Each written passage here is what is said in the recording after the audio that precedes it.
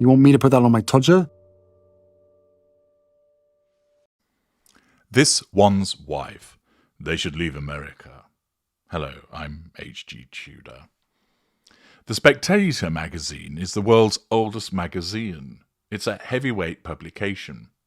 It's a weekly British political and cultural news magazine, in case you weren't aware, and it was first published in July 1828.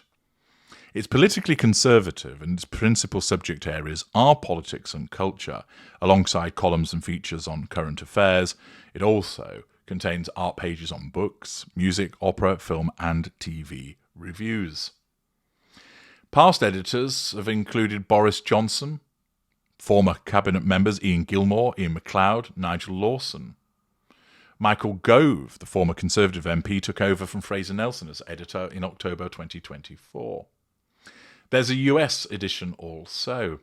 It has a circulation of over 100,000 copies, so it's still doing rather well. And this isn't a publication that engages in frothy articles. It is serious material about serious issues written by credible journalists.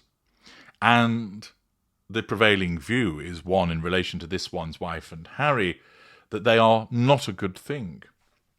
Lee Cohen, for example, writes as follows.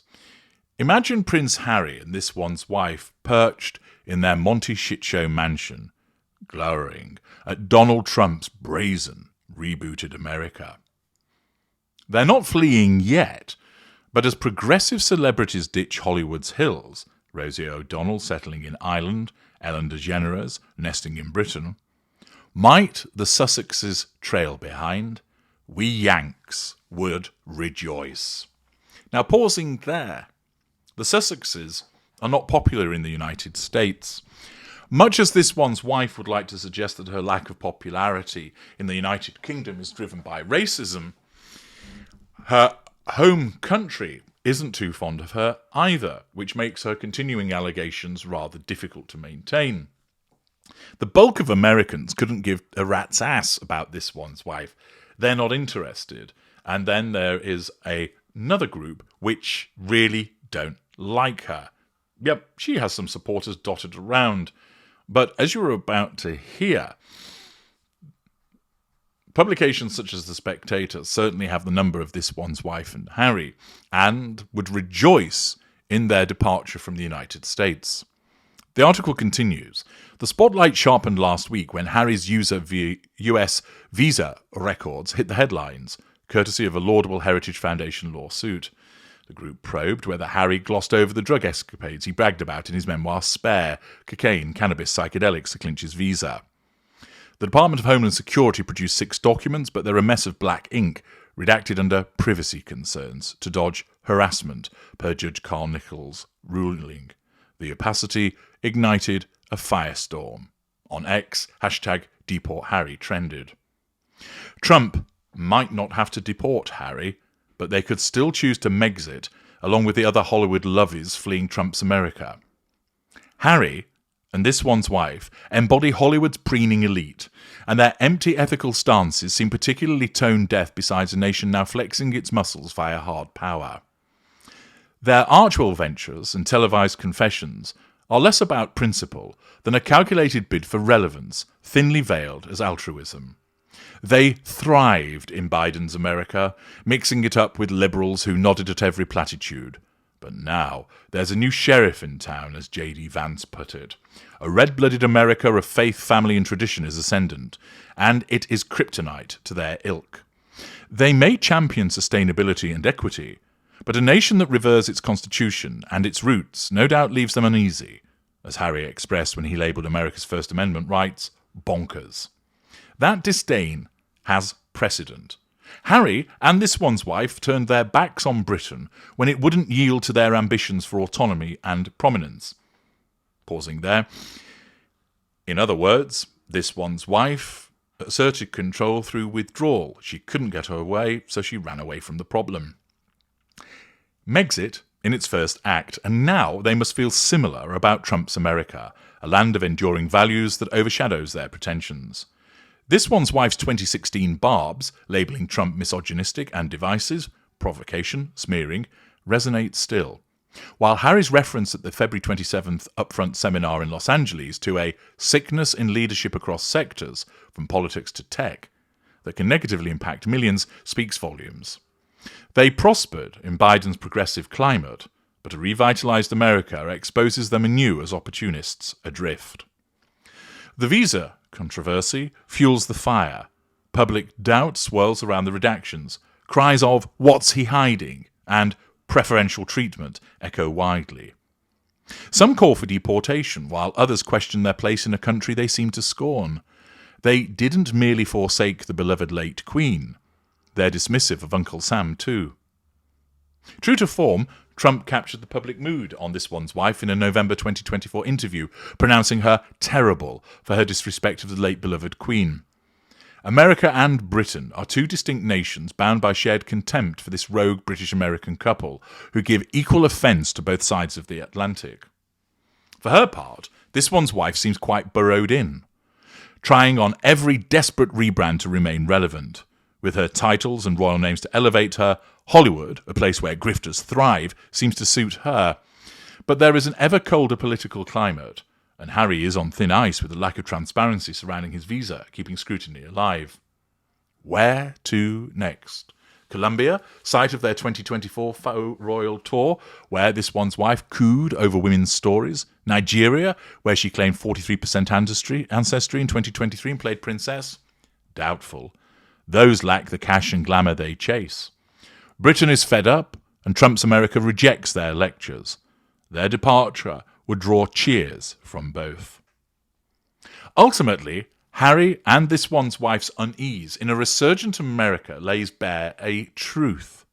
Their performative virtue needs deference to mask its flaws. Trump's America offers no such refuge. The visa saga, veiled in secrecy and public backlash, crystallizes their bind. Having fled one legacy, they now flounder in another, tethered to a nation they subtly mock yet milk. Their next step, Megxit 2 to some progressive enclave or a defiant Monty Shitshow stand, will reveal more than just their address. Accordingly, it's not just This One's Wife's behaviour, but Harry's visa woes that are causing this exposure against a backdrop which has shifted for them. The Biden administration basically let them get away with their behaviours. It didn't allow scrutiny of them, but that has now changed. Trump, another narcissist as you know from my work, quite properly calls them out with regards to their behaviours, especially that of This One's Wife. And here we have a carefully considered article demonstrating that they are increasingly exposed, that they are the hypocrites, that we have long labelled them as such, that This One's Wife remains in a country which she will mock, yet she will milk. Why? Because all she cares about is herself. And here you have the Spectator stating they should leave America. Harry might, when the divorce occurs and he comes running back with his tail between his legs, asking Pa to help him out. She won't. She still believes that America will love her, that it should love her, because her narcissism tells her that. She wants to remain in America because that's where the money can be made, where she seeks to fleece those who have no critical thinking, that she can make a quick buck from them. She's never going to become a billionaire.